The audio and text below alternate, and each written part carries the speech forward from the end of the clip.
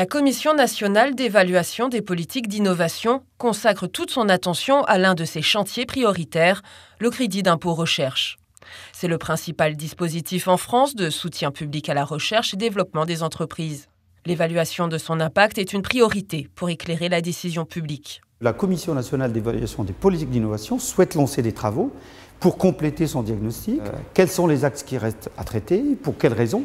Est-ce que c'est un problème de données statistiques? Est-ce que c'est un problème méthodologique? Est-ce qu'il y a un problème de recul? Et donc, c'était l'objectif de ce séminaire qui a duré toute une journée. Comparer les expériences étrangères permet un meilleur diagnostic du système français. En 2013, 27 pays de l'OCDE sur 34 avaient des dispositifs fiscaux en faveur de la recherche et développement. Beaucoup d'études ont montré que la recherche-développement, qui produit donc de l'innovation, de nouveaux produits, de nouveaux procédés, c'est un des facteurs clés de la croissance d'une économie. Donc l'intérêt pour stimuler la recherche-développement. Si une entreprise fait de la recherche, ça peut profiter à d'autres entreprises. Et donc il faut intervenir pour que les entreprises fassent plus de recherche. Selon l'économiste néerlandais Bas Straathof, le point fort des crédits fiscaux français est de cibler les jeunes entreprises, source d'innovation et de flexibilité économique d'un pays. One of the instruments here in France is performing really well in our analysis, and that's targeted at young firms. It's also quite simple in terms of its design. So I would say focus on simplicity, ease of use, making an instrument accessible for all firms, in particular for young firms.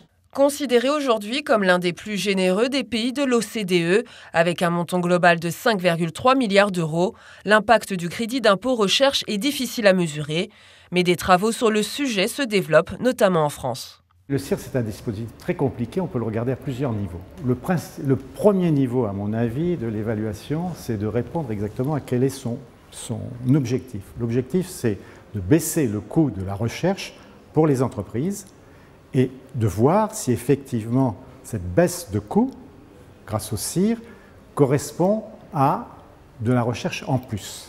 Réalisée pour le ministère de la Recherche et menée par le professeur Stéphane Yolleri, l'étude sur l'évaluation globale de l'impact des aides à la recherche et développement en France est rassurante. Ce qu'on cherche à voir, c'est lorsqu'on subventionne ou lorsqu'on donne du crédit d'impôt recherche, combien une entreprise va investir en recherche et développement, sachant qu'elle a touché par exemple 1 euro de subvention ou de crédit d'impôt recherche. On retrouve en gros des résultats obtenus par ailleurs, c'est-à-dire que l'on est dans des rendements qui sont satisfaisants. Si les résultats préliminaires des études en cours montrent que le crédit d'impôt recherche a eu un impact plutôt positif depuis la réforme de 2008, il importe aujourd'hui d'en mesurer plus précisément l'efficacité. Le principe lui-même du crédit d'impôt recherche n'est pas remis en cause. Effectivement, il y a toujours des critiques sur les modalités de mise en œuvre, sur sa générosité, etc.